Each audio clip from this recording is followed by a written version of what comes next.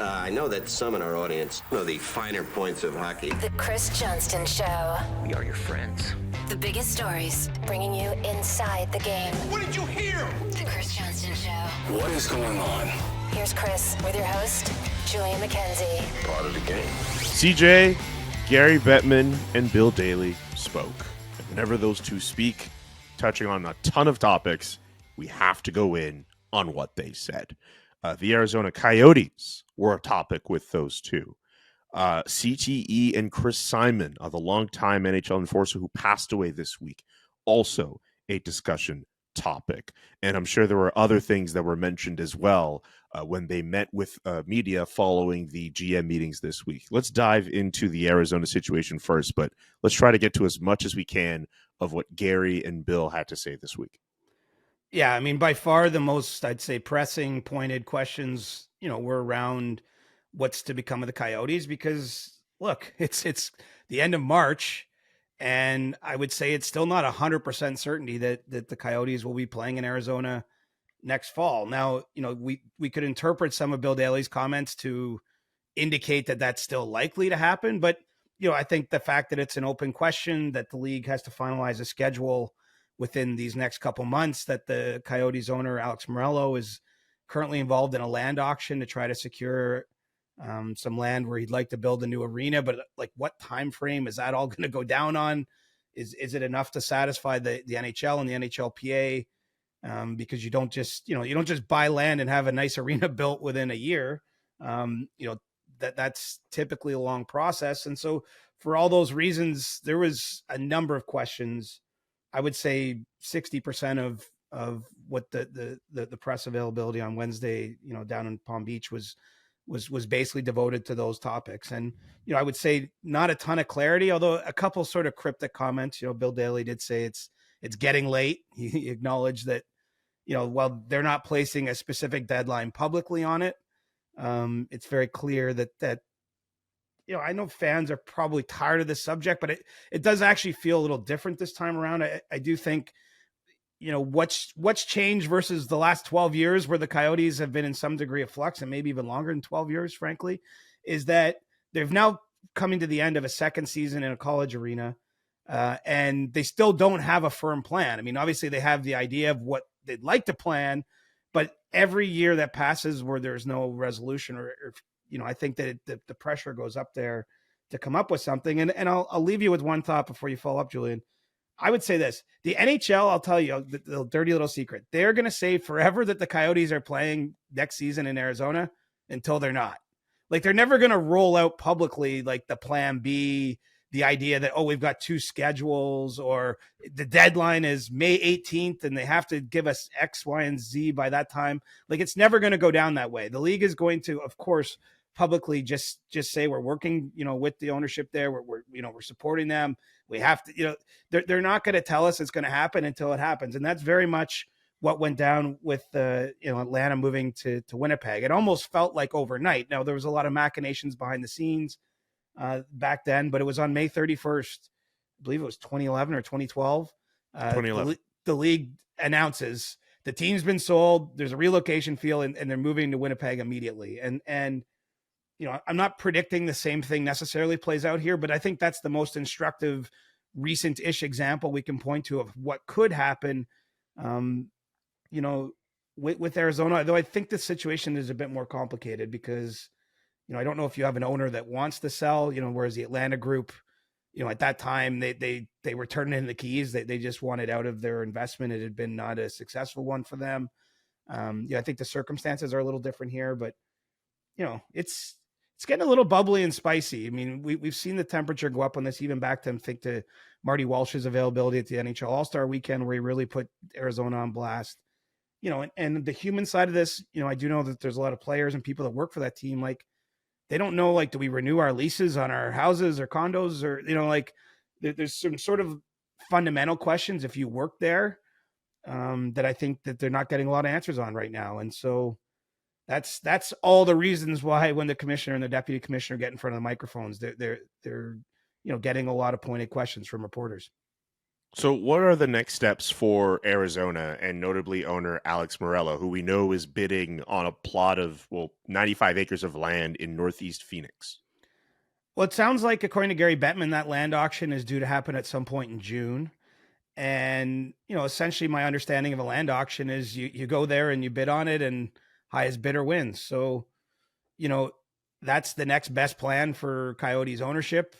You'll recall they had extensive plans and a referendum in Tempe to get an arena built a year ago that didn't happen, that didn't pass the support from the local taxpayers. So it's down to a what if. So what if it gets to June and, this land auction happens and Morello gets the land? How long still, if he gets the land, before he can build the arena? Is that going to happen on a time frame that'll satisfy the NHL? I don't know that answer. The bigger one is if he doesn't get that land, I would think at that point that's going to be a pretty good sign that something, has to change. I don't think the league can allow a third season, start the next season in a college arena without, very firm plans to have an arena built. And so that's the next step, big picture from the Coyotes end of things. It's been a really difficult time there. I should have looked up their record, but since those comments from Marty Walsh that the Coyotes have not won a lot of games, I think I'm not tying it. It's not a 1-to-1 correlation, but I think the fact that Marty spoke as openly as he did at that point in time in early February was a sign of how much the temperature had been going up and how much frustration is building from players and staff and a lot of people that work for the Coyotes. The team actually had mild success for the first half of the season. And it has the feeling that things are kind of coming apart at the seams here. And so I don't know what all the machinations are going to look like, but I would say this is not going to be the last time we talk about the Coyotes in the next few months, because I do think, we're starting to face the possibility that they're not going to be there. Like the real possibility seems to be growing with each passing week or month where there's not a resolution. So when you hear Bill Daly say it might be too late, at least for them to be moved out of Arizona for next season, what are you thinking? Well, what's weird about that is, so Bill said that he was asked, I'll give you the exact back and forth because I think it instructs kind of why it's a little weird. He was asked specifically, if it gets to June and the land auction happens and they aren't successful in securing that land, would there be enough time to pivot and move the team somewhere else after that point for next season? And he said something to the effect of, probably not. I don't think so. And so he was then asked specifically as a follow-up, so does that mean they're going to play there next season no matter what? Because, you want to let it. And he's like, I'm not going to interpret my own comments. He's like, I'll leave it to you to interpret the comments. And so I would say this, my understanding is there's still a world they don't play in Arizona next year. But I like to put my cards on the table. I don't bluff or BS the 100%ers or the 72%ers or whatever you are out there. If it's the first time you're hearing one of our shows, I don't know exactly what that means. I don't understand what could force them to move before June, but I don't think it's 100% guaranteed, even despite that comment from Bill Daly that the Coyotes are playing, out of Mullet Arena next year. So, I'm flying a little blind here with what the natural follow-ups you're going to have. I don't have the answers to them, I think is the best way to put it. And so, it's going to be dramatic. I point back May 31st. There's proof of concept there that you can move a team that gets sold by May 31st. So, I would think once we get, April is around the corner. Coyotes' last game of the season is April 17th, a home game against Edmonton. The next 4 to 6 weeks from that point, I think will be compelling and instructive when it comes to seeing what the future of the franchise is. And so that's the best I can give you right now. There was not a lot of clarity, as you can tell, but I think the questions and the way they were answered did reflect that this is a serious situation. Like there's no, there's sometimes where a big story in the media, results in Gary Bettman getting a number of questions on a topic, and he'll be like, what do you guys like? Almost like being dismissive. Like, this is silly. Like he was clearly not going to give a lot of information, but I think he understood why we were asking, and he wasn't trying to downplay how important of a time this is in determining the Coyotes' future. Yeah, well, buckle up. It's going to be a very busy situation. We'll definitely be touching on Here's that one too. other thing I'll say. If you're Alex Morello, you own the franchise. Like, if you manage to buy that piece of land, I think the franchise value goes up.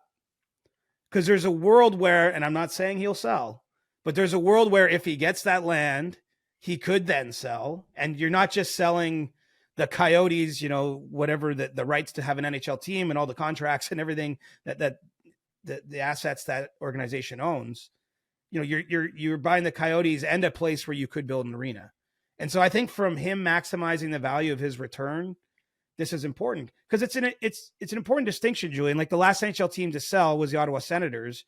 The Senators were sold to Michael Andlauer with an arena, right? Like an actual piece of real estate and acreage in Canada and the team itself. I mean, the Coyotes right now don't have that. They would only be selling the rights to have a team and obviously the players that are under contract and everything that is associated with that. And so this is really important for Alex Morello, no matter what his future is as Coyotes owner, I think, to try to get a piece of land, because it's one more asset that you would be selling with the organization potentially.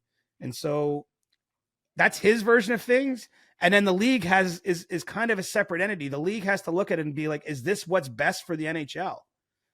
Like full stop. Like, forget the NHL. I mean, obviously they care about the owner of the team. I don't mean to suggest that, but they're not as worried about maximizing Alex Morello's asset value. They're like, what is best for the league? And especially as time's going along and frustrations are going to boil over. I mean, I think it's very conceivable you could have people that work for that team speak out publicly if it all just stays up in the air for a long time. I mean, I'm sympathetic, quite honestly. I mean, people are tired of maybe the larger subject, but there's actual humans that work there that don't know where they're going to work next year. And that needs to be clarified sooner than later. I'm glad you brought that up because we do forget about that when we discuss the Arizona Coyotes. That's a very fair point. Yeah. And I've heard sort of through the grapevine that emotions are boiling, if not yet boiling over behind the scenes. Bettman and Daly also took questions about Chris Simon during their availability this week. Chris Simon, longtime NHL enforcer, passed away this week. A couple of tributes poured out from different NHL teams. But one statement here, I'll read from Paul Theophanis. That's the agent of Chris Simon. The family strongly believes and witnessed firsthand that Chris struggled immensely from CTE, which is the disease from constant head trauma that we've heard so much affiliated with football and other contact sports, which unfortunately resulted in his death. Chris's passing is tragic. It's sad. This is a quote, I believe, from Bill Daly. It's sad, or Bettman.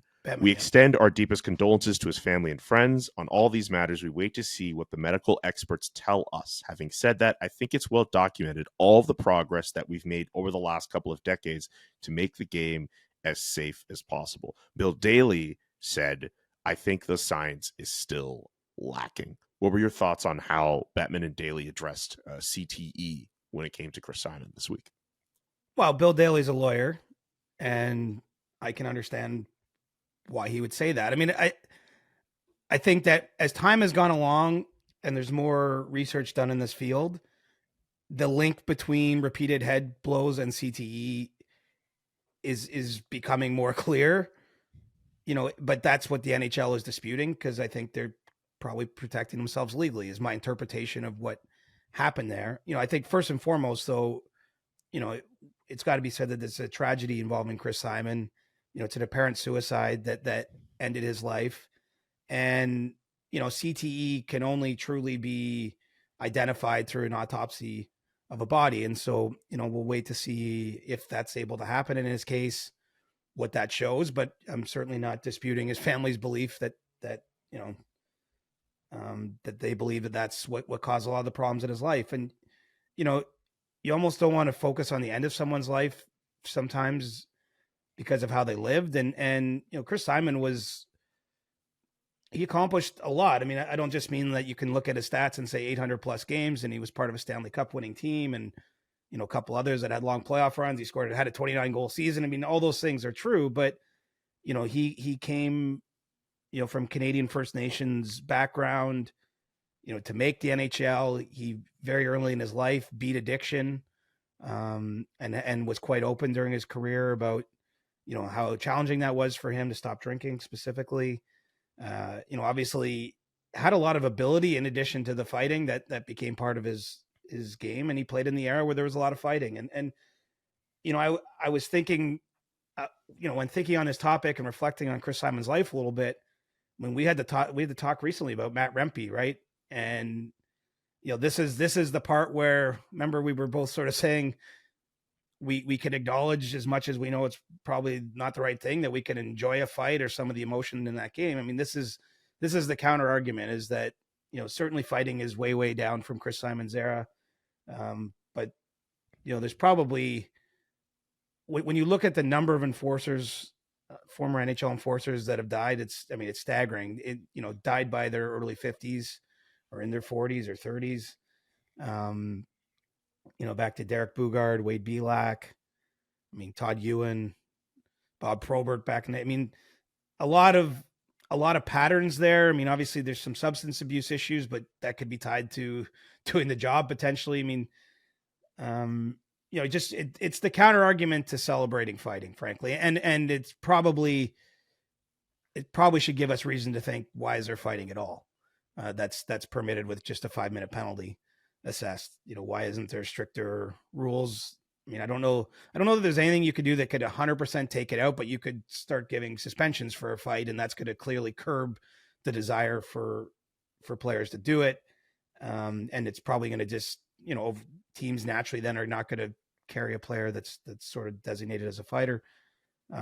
Anyway, I'm kind of rambling a little bit, but it's hard not to, I think we'd be disingenuous if we didn't at least make the tie that, part of what's being celebrated about Matt Rempe, and then you have, a player that was celebrated for doing that very thing, having a very tragic and way too soon end to his life.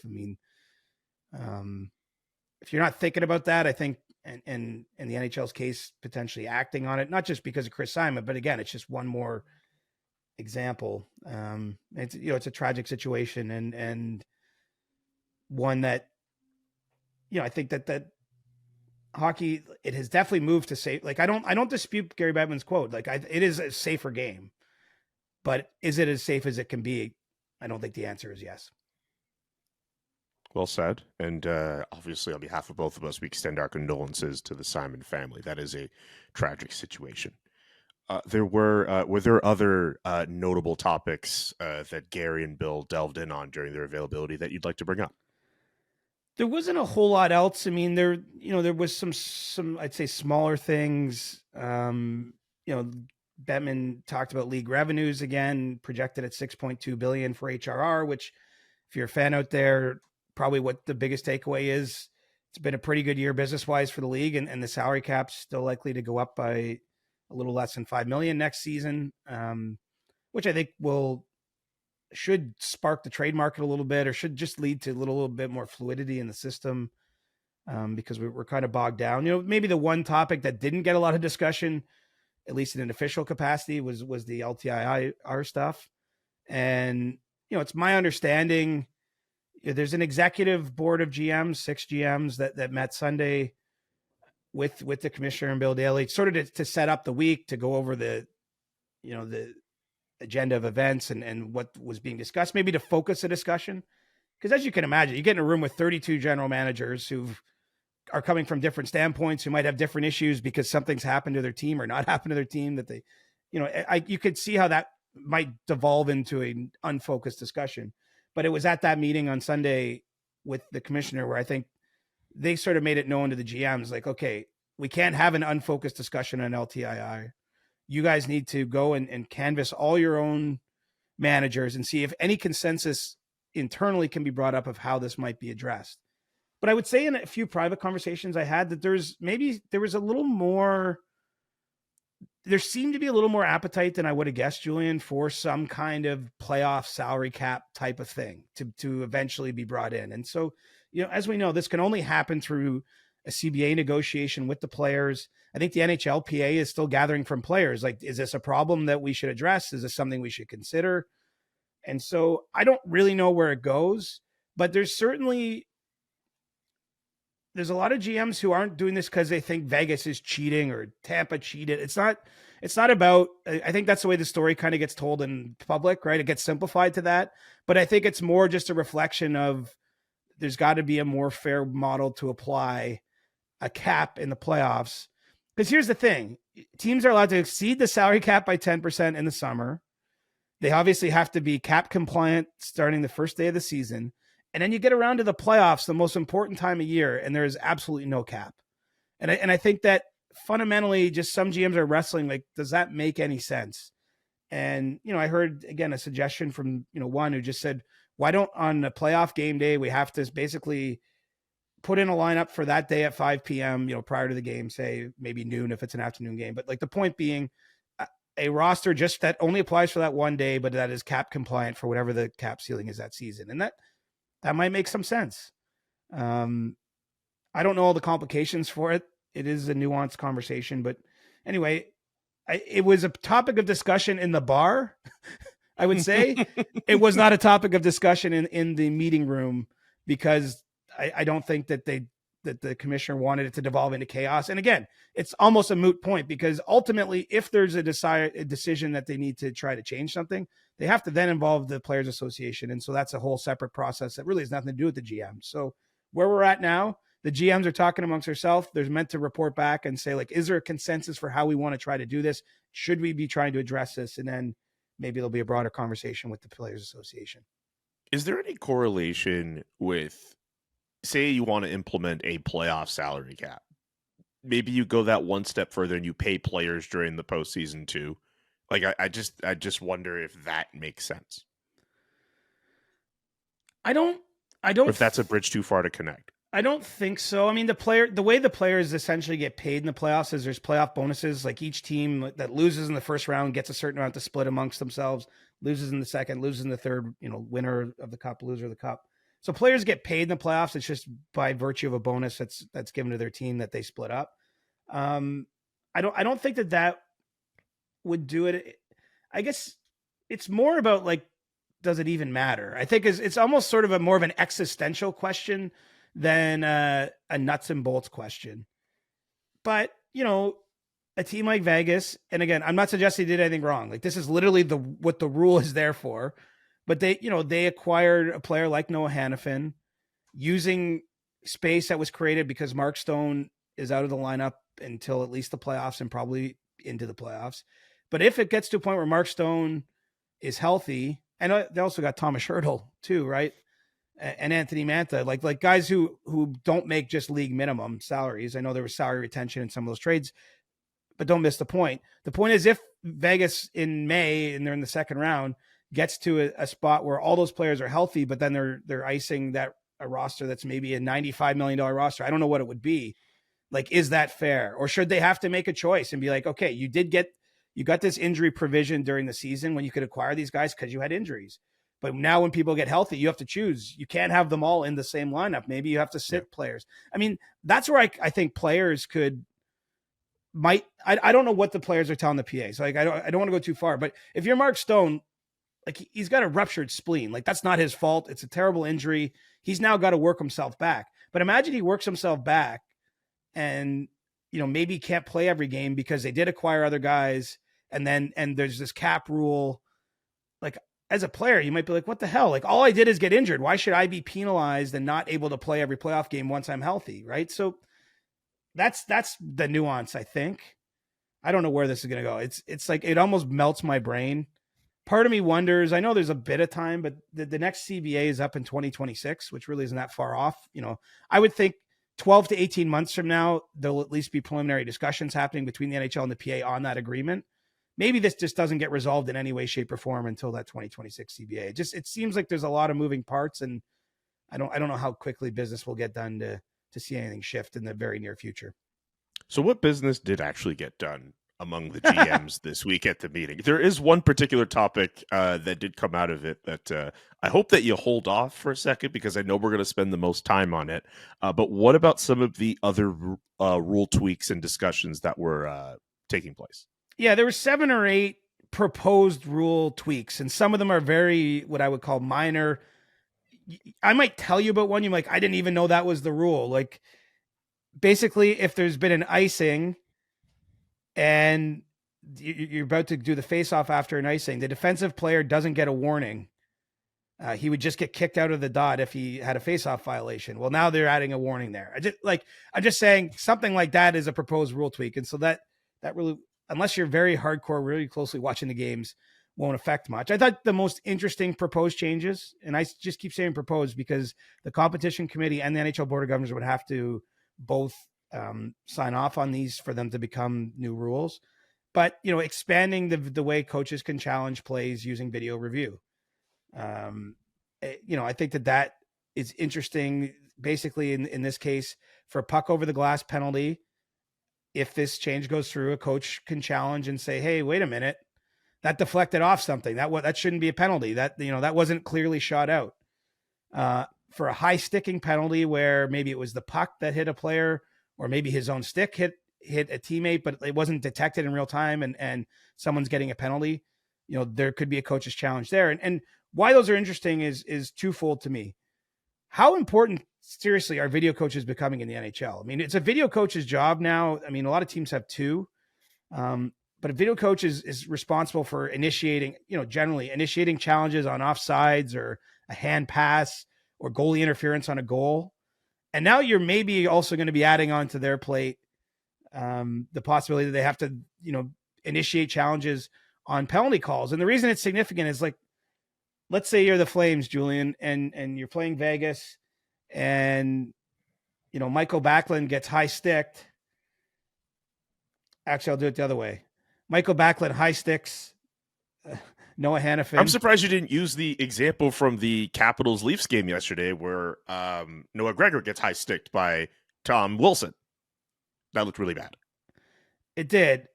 The point is if you incorrectly challenge one of these penalty calls, you're down 5-on-3 because you also get a penalty. It's the same way you get a penalty if you challenge for goaltender interference, and the league says, no, that wasn't goaltender interference. Well, you get a penalty for that, for delay of game, essentially, for taking the time, for wasting everyone's time. So the point is you have to be really sure in these cases. And so that's a lot of responsibility, I'd argue, on the video coaches. But at the same time, let's face it, where cameras are getting better, there's more of them in the arenas. Every sport is kind of wrestling to certain degrees with using video replay, whether it's, umpires in baseball that could eventually just be robot umps. And the NFL's got a whole series of video review policies. Ironically, I don't think the NFL is being held up as the gold standard in that regard. I think there's a lot of confusion, frustration with the way they use video review. And, I think the NHL is just tiptoeing a little bit more down using video review. And I don't blame them. I mean, if you have the ability to get the call right, you want to get it right. That being said, and I've said this 1,000 times, but I hate offside reviews. I hate them. Because I just think there are certain offside plays that it's not even two GMs could watch it and not be 100% sure what the right call is. Like even people whose whole life is about trying to help their teams win and knowing these rules and understanding the interpretation. Like it's just a very gray area. But, it sounds like we're going to have more video review, assuming that those rules go through. So those, and I'll say this was actually kind of cool. They brought all the reporters into the meeting room where the GMs had met that day. And it's basically a giant square table with TVs in the middle that point in every direction, obviously. And, they actually ran us through the clips. They explained the changes. They showed, it was pretty cool. That's happened a few times over the years, but it's pretty rare. And I think it was, a real effort by the league to have some transparency, to have us as best we can understand why the changes might be being proposed and what sort of plays they're looking at when they're making those decisions. But that was actually one of the cool parts of the week.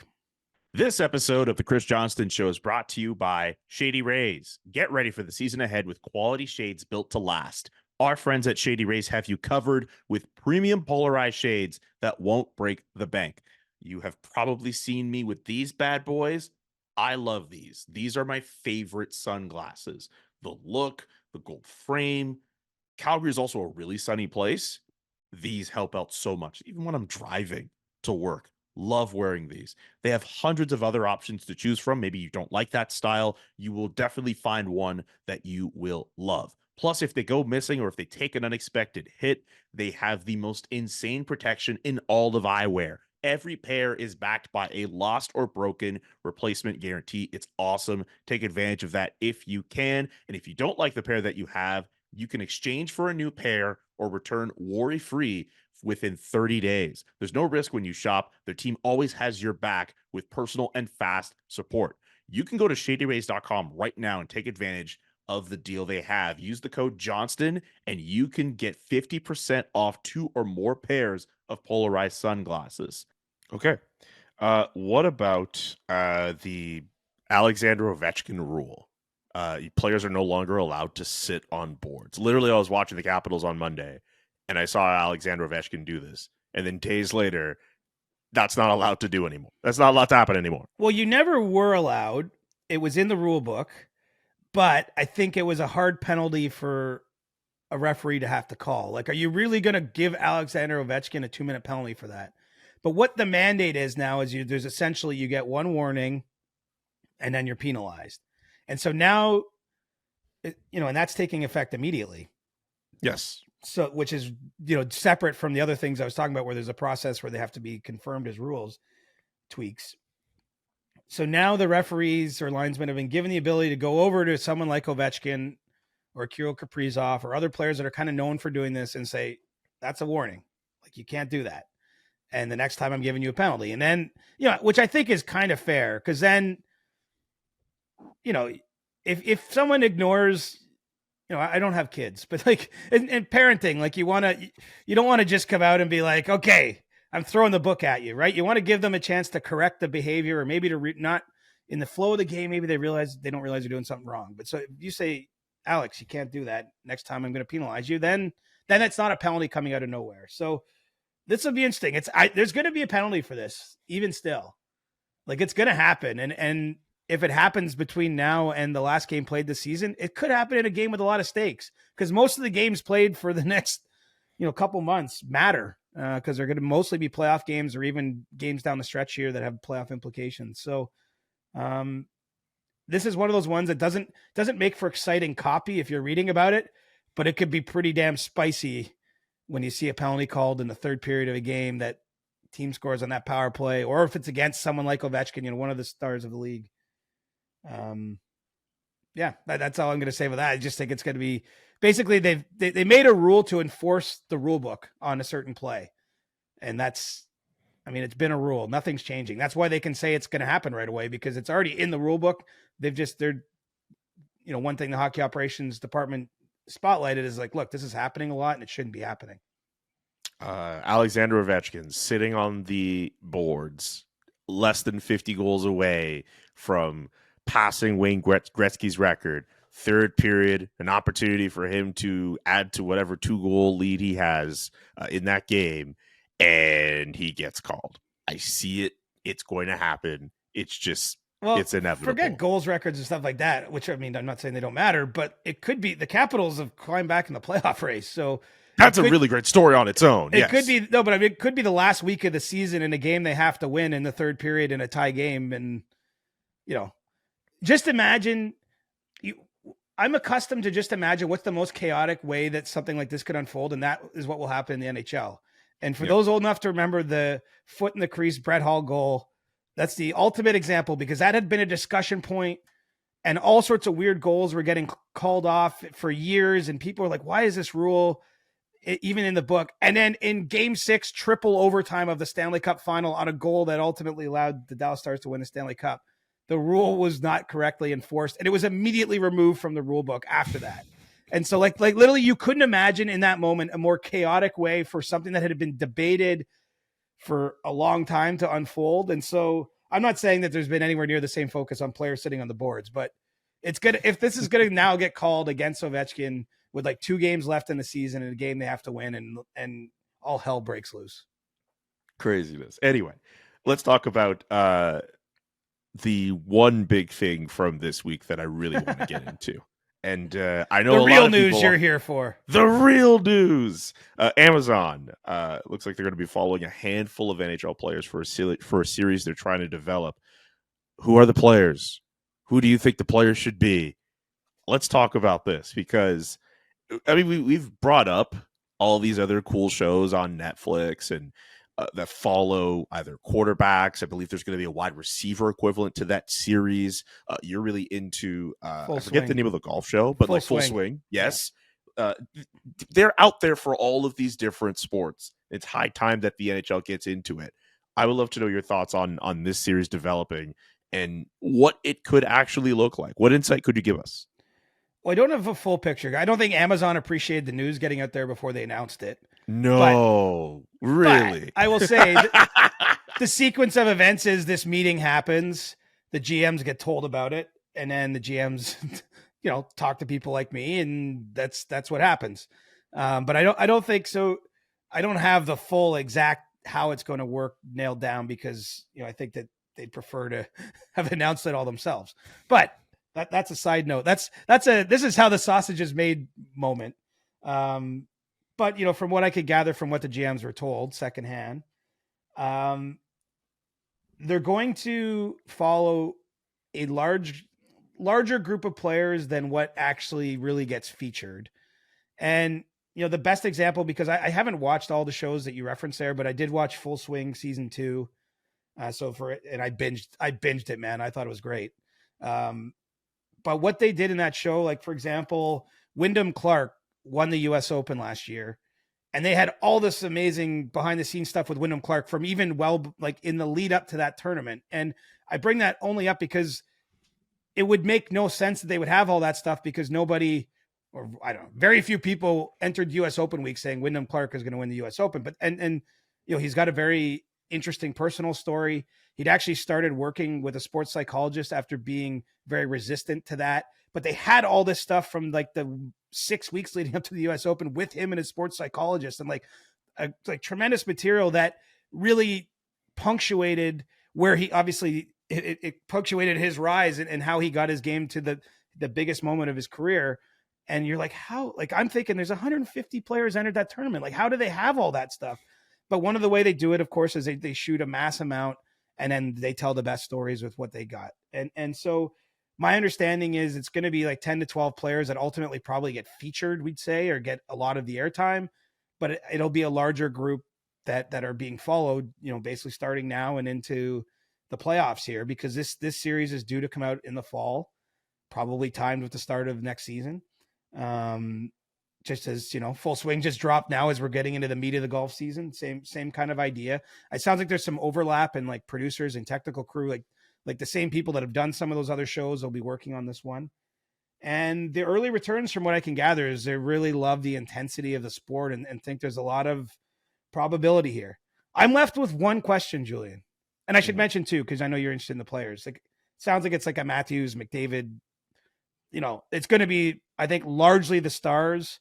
You would imagine, because, in golf, Joel Damon, he was amazing. They did an episode on him in Full Swing 1, Julian, just because I know you didn't see the show. And he had he was just such a real guy. Like, he's like, somebody has to be the 70th best golfer in the world, and that's me, and all this stuff. Like he had no airs about the fact he's not going to ever go out there and challenge Rory McIlroy on a regular basis. And he became a star out of that show. Basically, he was what we would call a role player in hockey. And so I wonder if they sneak in the odd storyline like that, where it's someone maybe dripping with personality or is a little different from the mold that gets in. But I think predominantly it's going to be the stars that drive the narrative of the show. The only question is, there have been behind the scenes shows before in the NHL. Yes, there have. Not maybe fully to the quality of what we've seen in these other sports recently, but although I would argue the original Winter Classic, the Penguins Capitals one, I can't remember what that was called. Like, it was pretty spellbinding at the time. Like, we'd never seen that before. You had Liv Schreiber narrating it. It was well done. And it didn't, there was a lot of moments, right? Like Bruce Boudreau, the coach of the Capitals at the time, like with ice cream on his shirt. And like, there was a lot of stuff, a lot of swear words, but it felt very real. Love the swear words. Yes. Yeah. I'm just saying, like, even the second one, which is when Tortorella, it actually opens with Tortorella just tearing into his team at an intermission. And like, you immediately turn on, you're like, whoa, like you could just feel the fire. Oh, Tortorella, it's a little foreshadowing for later in the pod. I was about to say, we are going to bring him up at some point. But they increasingly got watered down in I won't say they all have stunk since, but even you had the All or Nothing series following the Leafs for a season, and like they all just felt like a little too vanilla-ish. There were moments, but they, you got the feeling, and I guess look at the players, and there's a lot of people with a say in what ends up in the final product, right? And so it just felt like whether it's, the NHLPA on behalf of specific players, or maybe the teams, trying to protect team interests, or someone at the league, like it felt like, and probably a combination of all those types of people, successfully made it about as boring as you can make it. And so my only hope here is that isn't the case, that we're allowed to have something that's like shows the real thing. And I don't know if we're going to get that. And we haven't got to a point, because as I say, like I got wind of this news. I shared it this week and I've dug into it as much as I can, but I don't have the full picture of exactly what's going to be in place. But I just hope the NHL embraces the idea of conflict a little bit, like interpersonal conflict, embraces personality, because I think that can really help the sport. Like So you mean the exact opposite of what they normally do? I mean, those are your words, but certainly they don't promote those things, right? And especially if they're featuring games in the playoffs and things. I mean, that's a huge part of what makes the playoffs compelling, is how much it matters, how hard it is to win. Even again, this is sort of glorifying it all, but like how much of a physical and emotional and mental battle it is to play a playoff series. And then at the end, you're shaking hands with someone that you just, went at for 2 weeks back and forth. Like all of this stuff, I think, can make for some great behind the scenes material. I just hope it's allowed to stay in. I'll give you an example. Justin Thomas in full swing season 2, he's at a champions dinner. He'd won the PGA championship the year before because a player named Mito Pereira basically incinerated himself in the final round. And he's like giving a toast with all like it's a very formal setting, champions dinner, everything, fine china's out. And he's like, and lastly, I'd like to toast Mito Pereira because none of this would happen without him. And like, it's kind of a funny moment. Insane. That's insane. But it's also kind of a dick thing to say. It is. You know what I mean? Like, it's a year. We love that shit. It's a year later. Like, it's almost like, I don't know. It's not petty. But it's like, he definitely didn't need to say it. But No. But thankfully, I'll just say this. Thankfully, they left it in. It's, again, if you're a golf fan, it was like one of those moments you're like, whoa, he didn't, did he? Like, it's one of the things actually they tease a little bit before you actually see the official scene. Like, it gets teased a bit. Yeah. Like they spiced it up. Rory gave a lot of very honest interviews. I just hope that we get that.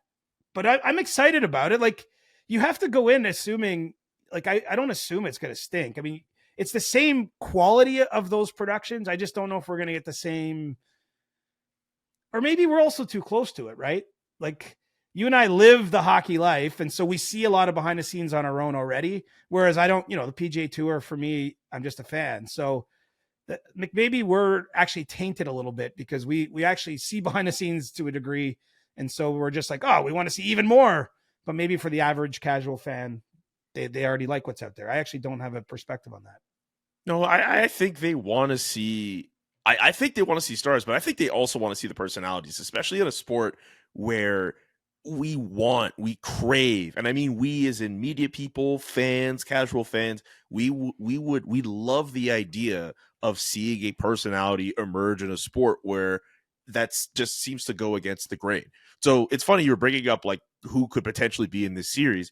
I wouldn't be surprised if a big section of fans who watch it end up latching to a personality more than a star because it's so against what we normally expect from the NHL. Or hey, maybe Matthew Tkachuk's in it and you get the best of both worlds. Remember how big he got last postseason, being the personality that he was, and also coming up. He did an exclusive with People magazine. That was incredible. I know, but I'm just saying, like, the fact that happened, like, you almost have to remind yourself, like, did I dream that, or did that? No, that was happened. Real. That was real. That was he crossed over real. to a degree where, and it wasn't because of like, some torrid affair or something, like something that might land you in People magazine. It was like literally just because he was a personality in a non sort of, having success at a level and getting lots of attention. So, do you remember during the NBA conference finals, the series in Miami, like Matthew Tkachuk was on the inside on the NBA TNT panel with like Ernie Johnson and Charles Barkley and Shaq and all those guys. Like his star was rising, and that's a guy I would love to see in this series. I think he'd be great. I should check if he's in it. I don't know if he's in it. I can neither confirm nor deny, but I was definitely told it's going to be built around stars, and he's a star. He's a natural player to feature. Obviously, the Panthers went to last year's Cup final, and he was injured, towards the end of that playoff run. Like, there's a great story to build around him leading into this year's playoffs. Can he repeat it? Can the Panthers have that kind of success again? Does he feel like he has something to avenge? All the sort of, let's face it, these are all sort of traditional sports storylines told through new avenues and new people, new vehicles. But I think that they're compelling. And so I'm hopeful. I actually am hopeful, but I don't know. Like I'm also thinking part of us will be doing our show next October. We will all just binge watch it and be like, yeah. I can't wait to talk about that, because if it gets to that point, then I'll have a lot of thoughts for sure. But yeah, I hope it's not like the All or Nothing series where, at least at the beginning, they brought in a lot of cool stories on the players, and then at the end, when you want to know more about how they're feeling, they just say, all right, we're packing up our ball and going home. Like that was my biggest gripe with that series. At the very end, when we all know how it's going to end, that's where you want to see the raw emotion. That's where you want to see all the in-depth stuff. They just ended abruptly. That's my biggest gripe with that series. I think part of it was obviously they were building that series up to be, this is like the season the Leafs get it right, because they had like an outrageously successful regular season. They were up 3-1 against Montreal, lost game 5 in overtime, lost game 6 in overtime, and lost game 7. So like it ended abruptly, partially because the season ended abruptly, I would think. But also, I can, without spilling too much tea, I know some of the people that worked on that show that were basically embedded with the team for, I don't know if it was the whole season, it was most of the season. I've heard secondhand of like a number of what they thought was the most interesting stuff that in my view was fair to put out there. Like, it wasn't so crazy you had to, but like, again, built around, say, interpersonal conflict within the team or certain individuals in the team that all got ripped out. And I just think had it had a little bit more of that the real spice of life, I think it would have made a bigger impact and been, something we'd remember a little differently. But oh well, it's anyway. A high, like, this is the truth. Even as a journalist, and like, I recognize we are not that important in the overall scheme of things. No. It is a high stress environment covering like the playoffs, covering the Cup final.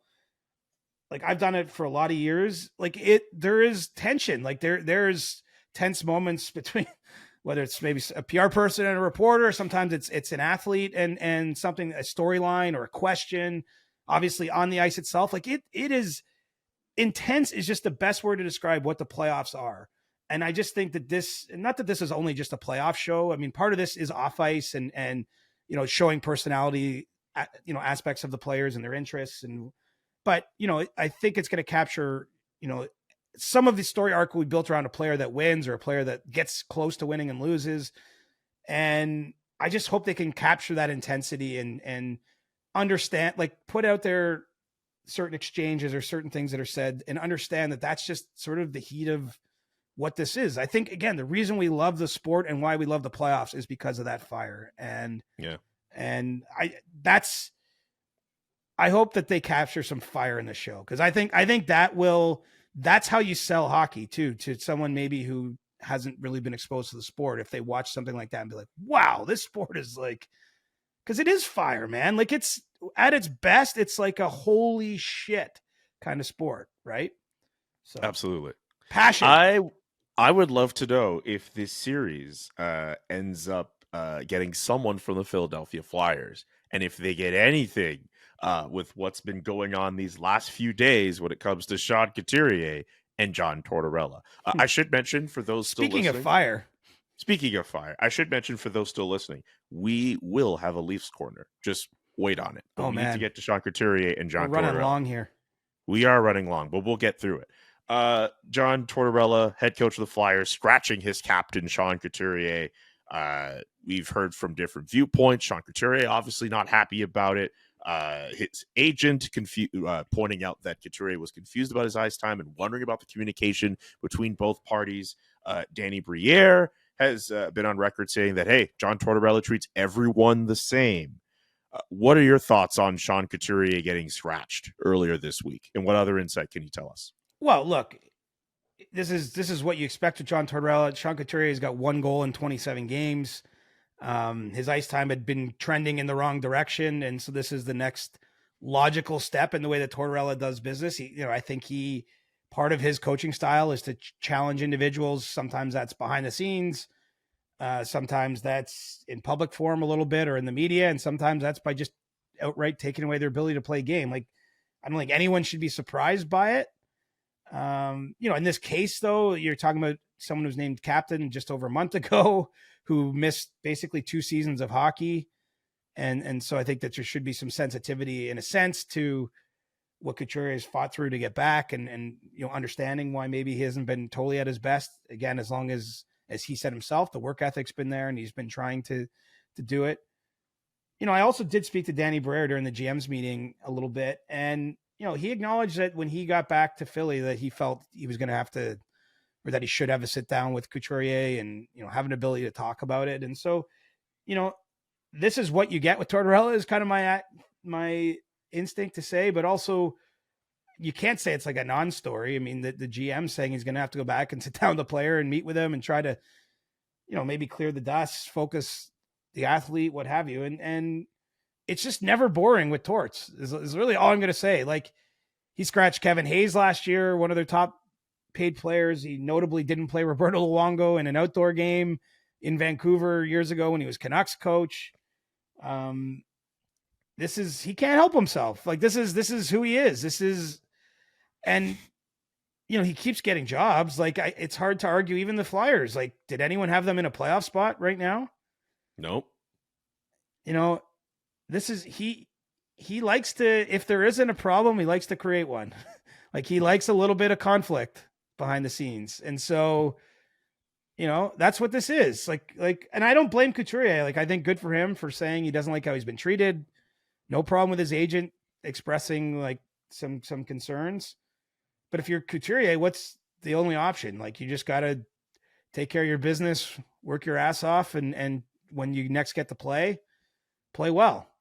And that's what Torts would say. I mean, Morgan Frost sat like 10 of the first 12 games or something. And then he's had a great second half in Philly. I mean, he was all over the CJ's big board in the trade period in November, December, because it just looked like, he wasn't going to ever work with Tortorella, but they found a way, or he's found a way to play at a certain level. And so I don't really doubt that Couturier will get there again, but I'm more interested in the next Flyers game than I would have been otherwise. I'll put it that way. Yeah. Just like how it goes, how that's all handled, who says what.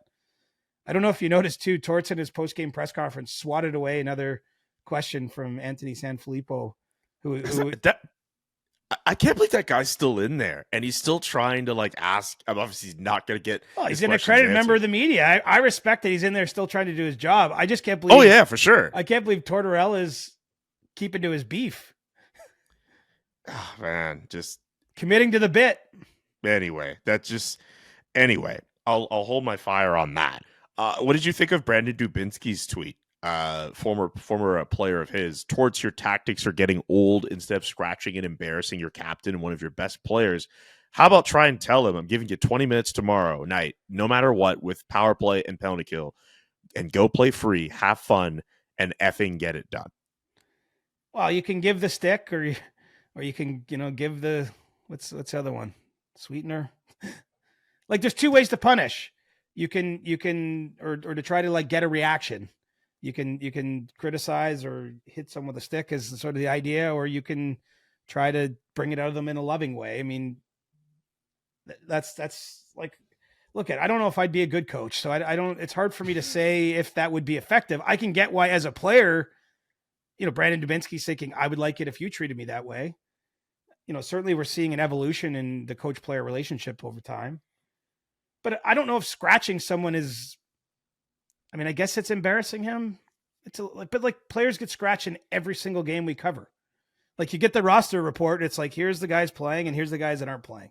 But who's the last captain who got scratched? That's not something that happens to a captain a lot. That's fair, but like, there's no magic. Like, if Sean Couturier had scored more than one time in the last 27 games, this wouldn't have happened. Like, I don't disagree with that either. Tortorella makes the final decision, but the player put himself in a spot where Tortorella might make that decision. You know what I mean?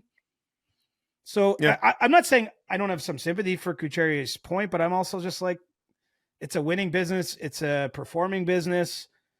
It's punishing. It's a hard league. That's why it's the best of the best in the world. And so, if he scratches him for 2 weeks or something, that's one thing. But I think one game he sends his message. He spotlights, like he's challenging the player, right? And Dubinsky's basically saying you should challenge him by saying you're going to play him a ton no matter how you're playing and step up to it. Well, either way, either form, he's asking him to step up. And I got my popcorn ready. Let's see what happens. Let's see what happens with that team. Never a dull moment when it comes to John Tortorella. I love the Flyers. I got to say, like, the Flyers are embracing. I don't mean like I love them, like I'm cheering for them, but I just feel like it's an open door there, right? Like, it's just like they're comfortable. They're their own reality show. Like, they're comfortable with everybody just looking behind the scenes, speaking their minds, sharing. Like, I think it's great. When we're talking about selling the game, I think that sells the game, especially in their own market. They recognize that being boring and bland does not work for them, and they are anything but boring or bland. I agree with that, and I hope they're in that Amazon series. Okay, let's get to Leafs Corner. Two very interesting interviews with one with a current general manager of the Toronto Maple Leafs and one who used to be. You had one of them with Brad Treliving. And Pierre LeBrun had one with Kyle Dubas, who now works with Pittsburgh. Where do you think we should start first? Do you want to go in on your interview with Brad, or do we want to start with Kyle? Well, I think we'll just spotlight Dubas because I don't think there's a lot to chew on, but it's worth noting. Like, it's the first time that I've seen him in that article with Pierre LeBrun at The Athletic comment publicly on his exit from Toronto. And he naturally didn't say a whole lot, but Pierre had asked him, when you were watching Brendan Shanahan go blow by blow, on March 18th, we met and had this discussion on, about like how things unraveled in terms of their contract negotiation. And, how have you not said anything? I thought it was interesting that Dubas said, in part, he was just moved on and, he got hired in Pittsburgh within days. And so he was just jumping into his new life, his new role. But also he had so many strong relations there that he was worried that if he, like, the interesting part is he kind of acknowledged, like, he's like, well, there was a lot he would want to say to sort of defend his side of that argument, that he was worried that it could have negative repercussions for people in the organization that he'd worked and grown to love over time. And so it just makes me think, like, there's going to be one day that he goes in on that. I don't know what the safe time period will be, but there will be one day. It'll be obviously probably after Shanahan's moved on. Like, it'll be when it doesn't affect anyone still really working with the Leafs directly. But Kyle Dubas is either going to give someone a hell of an interview on that exit one down the line, or maybe I don't know if he chooses to share it himself. If he writes a book one day, like, who knows? I don't know how it'll come out, but it does sound like he I think it's also big of him to sort of basically choose to look out for his friends in a sense versus just like blast, like try to defend his own turf. But it was like a little appetizer that left me thinking the real story there is still to be told. And it's probably going to take some time. As for my interview with Treliving, I really appreciated. He gave me a lot of time, more than I would have expected. Kind of took me through a lot, which maybe I won't just spill it all out here, but it will help inform our discussions that we have in the Leafs as we get into the final stretch of the season and the playoffs here. But, like how last summer unfolded for him, the Coles notes there, or Cliff notes if you're American, are that, when he looked at the Leafs playoff loss last year, he determined it was a lack of scoring more than anything else that tripped them up. It wasn't about not playing tough or something. The element he felt they needed more of was scoring, and that informed some of the free agent decisions he made. I think he left me to fill in the blanks, but I think specifically Max Domi and Tyler Bertuzzi, players that can score when it gets hard to score, kind of greasy goals around the net, having to fight to get there. I think it's been a nice part of the Leafs season. Frankly, those guys are each coming on, and they both had big nights in Washington on Wednesday, but they've played better of late, and they're really important pieces because, can't always just be the top guys either. You do need some secondary wave when it really matters, and those players are there. He also was pretty clear that I think he's high on his team, that he feels like they'll benefit in a strange way from the slow start they had, all the kind of issues from, Samsonov being porous to, it was a disjointed forward group. I think Bertuzzi and Domi didn't initially fit in well, and they kept moving the lines around and couldn't find combinations that worked. The blue line had a lot of injuries and some struggles as a result of those things. But, the Leafs have had a pretty good run now, 16-6-1 back to January. So they've won a lot. I think Treliving feels good about his team, and yeah, we don't have to go point by point, but it was pretty clear that he thinks they'll benefit from having to been in the fight longer this year in terms of playoff positioning and things like that, compared to the last couple seasons where, let's face it, the Leafs were on cruise control the second half of the year. I think they're still sharpening their edges. Looking forward to the next time you get to talk to Brad, and when Kyle eventually hits you up and says, "Hey, I'm ready to tell my story." I think you'll be the guy to get it. I want to think that too, because I would just want to. I mean, why wouldn't it be? But also, that's no foregone conclusion. So who knows? Even if it's in his own book, I think it'll be. There's an interesting other side to that story to be told. I would tell you, I don't know what all transpired there, but I look forward to when Kyle's willing to spill the tea. Remember, he used to have the Kermit emoji with the tea on his Twitter profile. Yeah. He used to have that. It's a great meme. That's great. That used to be his actual profile picture. So I think one day he'll embrace his inner Kermit, and we'll get that whole story. At least. Would you write his book? I mean, I'd write anyone's book. I don't mean, that's not up for offer. I don't even look at it. It would be hard to write his book now. I mean, it's been a great story. It's like kind of a crazy story.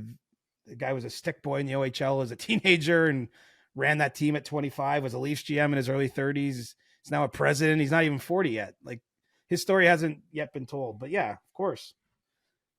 Okay. Duly noted. It just takes a lot of time, bud.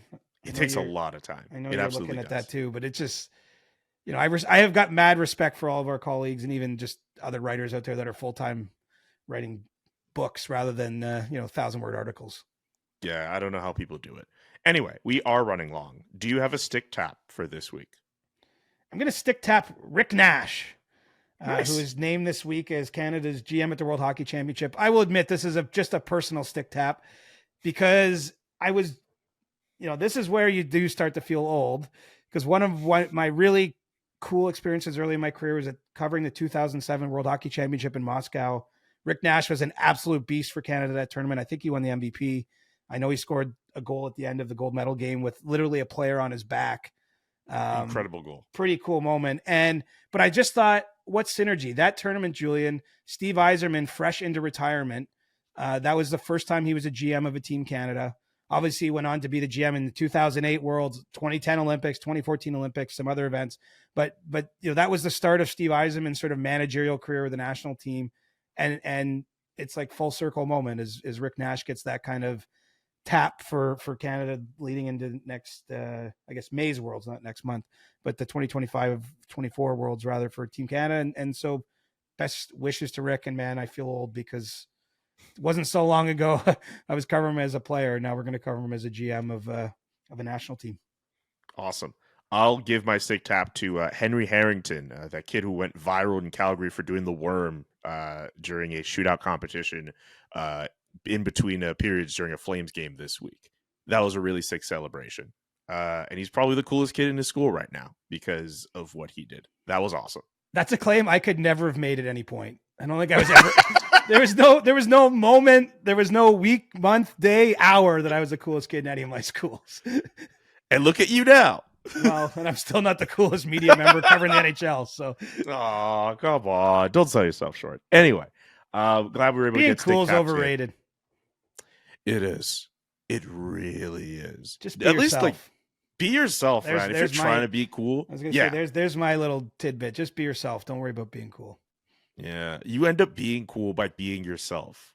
You don't Right. end up being cool by trying to be cool. Anyway, you don't need us telling you, dear viewer, how to be cool. We'll be back on Monday with a brand new episode. Get your questions in now. Subscribe to the podcast however you listen to this podcast. And yeah, we'll talk to you guys again on Monday. The Chris Johnston Show. Inside the game, twice a week. Follow Chris on Twitter @ReporterChris. And follow Julian McKenzie @JK McKenzie.